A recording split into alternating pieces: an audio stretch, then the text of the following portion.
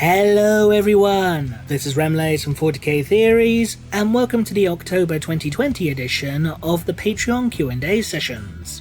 As always, if you would like your questions answered, then click the link in the video description below and help support the channel by becoming a patron.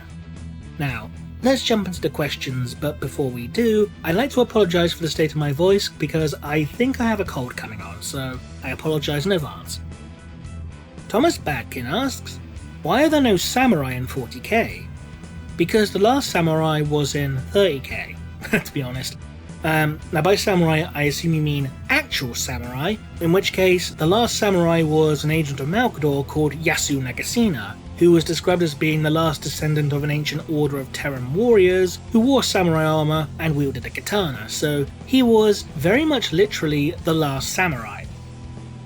Voice of the Emperor asks, everyone knows what warp travel is described as, but what about webway travel? How was that described? Like a massive webway corridor.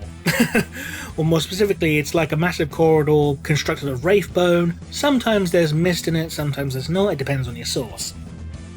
Do Vulcan and Rogal Dawn and their respective chapters/legions get along? I've seen nothing to suggest otherwise, so I assume so.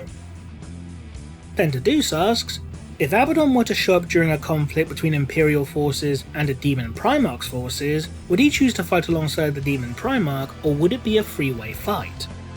Well, I would assume he would side along with the Demon Primarch because they are technically on the same side.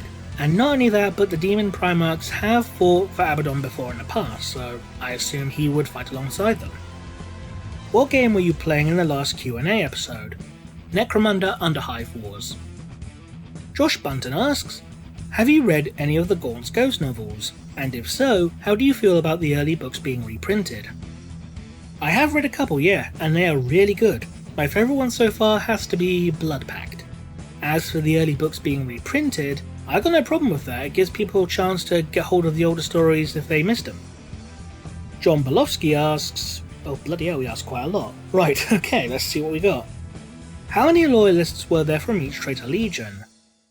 There is no concrete number that we know of, but we know it's also dependent on the legion in question. So there was at least 3 chapters of Iron Warriors, at least 1 chapter of Emperor's Children, at least 1 company of Death Guard, at least 1 squad of World Eaters, at least 2 Lunar Wolves, at least 1000 Sun, and at least 1 Word Bearer.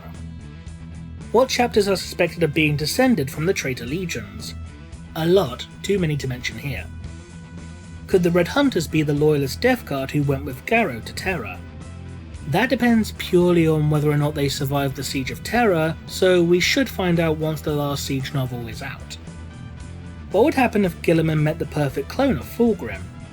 He'd probably see the clone as just, A, a traitor, and B, the man who for all intents and purposes killed him, so Guilliman would probably try to introduce his fist to Fulgrim's face.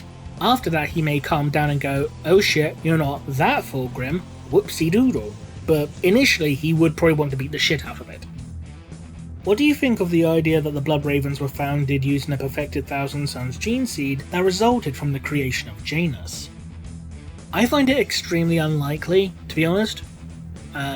Minor spoiler for Fury of Magnus. I say minor spoiler because it doesn't really have much bearing on the overall story. It's just an interesting piece of information that came to light, so you have been warned.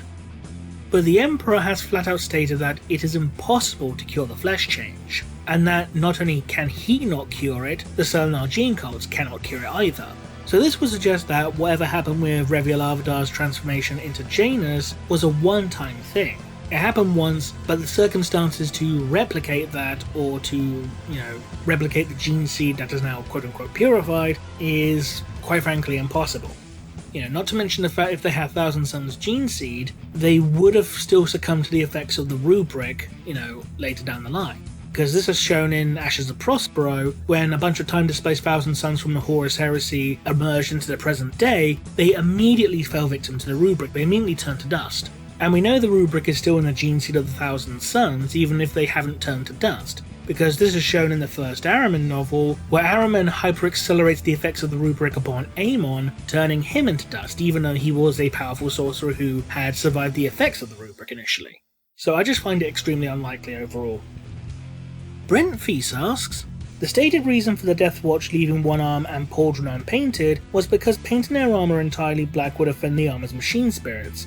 How do the Raven Guard and the Iron Hands get away with having entirely black colour schemes? Okay, so to my understanding, it's not the fact that the armour itself is painted black, because, let's be honest, there's a crap ton of black armoured Space Marine chapters. It's more of a case of completely obscuring the original heraldry, which offends the machine spirit. So say if you have an Ultramarine, and you got rid of the Ultima symbol and painted the armour entirely black, that would offend the machine spirit, not because the armour was painted black, but because you got rid of all the Ultramarine iconography. That's what's offensive to the machine spirit. Austin Horner asks, in a novel, Manflayer, it is speculated that the blight that affected the Emperor's children is a form of warp entity as much as a physical malady. With the blight that afflicts Fabius Bile in particular, coupled with the worship he receives from his creation spawning a demonic version of the concept of the Pater Mutatis, if Fabius Bile were to truly die and this warp entity be fully released, would it be an exceptionally powerful demon, or would it become similar to the god of the greater good? That is a very complex question, given the nature of demonic entities and their creation. The most likely answer is that it would spawn a very powerful demon, similar to how the Verse Murder spawned Dracnien. But there's also a potential possibility that it could spawn both. You know, the Pater Mutatis could be a demon birthed from belief, but the belief could also strengthen Fabius Bile's soul to transform the soul into a god, in essence. You know, kind of like how, you know, a mortal can transform into a demon prince, I would assume. So, the answer, yes. Kenneth asks, the community often points out that the Emperor did not help Angron against Musarian slavers, yet helped Corvus Corax. I don't think the Emperor did actually. If I recall from Deliverance Lost, Corax instigated his rebellion and it was completed, and then the Emperor showed up about 2 weeks later. I'm pretty sure the Emperor had no hand in helping Corax's rebellion. So unfortunately, if that's indeed the case, that renders the rest of this question invalid, I'm afraid, so I do apologise. Zero Hits asks, recent lore has revealed Gilliman's contingency plan in the form of Primaris Marines and calls other secret projects. Could the other Primarchs have had their own secret contingency plans that are still lying in wait? Oh yeah, absolutely. We know for a fact that Rogal Dorn had his own contingency plan called the Last Wall Protocol, which was shown in the War of the Beast series. Basically, if Terra was ever under threat, then the Imperial Fists and all their successors were to reunite and essentially reform the Imperial Fists Legion. So because of that, yeah, it's entirely possible that the other Primarchs had their own contingency plans of their own. Well, except for Ferrus Mans, because he died long before the Siege of Terra, so he probably didn't have time to create one. And finally, Ghost Reaper asks, which races do you think would be better suited to fight against which races? Example, Necrons being good against Nids, Eldari being good against Chaos, etc. I don't think there's any one particular race that holds any particular advantage over others. I think they're all fairly balanced overall. You know, some people may say, oh, but demons have an advantage over Nids, even though the Nids evolved Highfleet Kronos for that specific purpose of fighting demons. People may say Necrons against Nids because Necrons are, you know, mechanical, but then again you got things in like, say, Devourer, where you have the Nids invading tomb worlds. And then some people say Necrons against Chaos because, you know, Necrodermis and Blackstone and lack of Psychers / souls, allegedly, even though the tomb world of Vorketh was chaotically corrupted. And then you have, you know, a Tau who can pretty much just outshoot anything, you can pretty much beat the crap out of anything in a punch-up, the Eldari who can just zap people with lightning, you know. I think pretty much everyone has, you know, a good chance against everyone else. I mean, this is just purely my personal opinion, but I don't think any one race holds any advantage over a particular other race, except when it comes to, quite frankly, sheer weight of numbers. In which case, the Imperium, the Orcs, the Nids, you know, maybe the Necrons as well, they're pretty much going to curb stop everything purely from sheer numbers. Because there's not as many Eldari, there's not as many Tau, there's not as many Chaos Space Marines, you know, because let's be honest, you know, there ain't. So the only advantage really I can think of comes numerically. But again, that's just my opinion, and I'm sure people are going to disagree with me in the comments.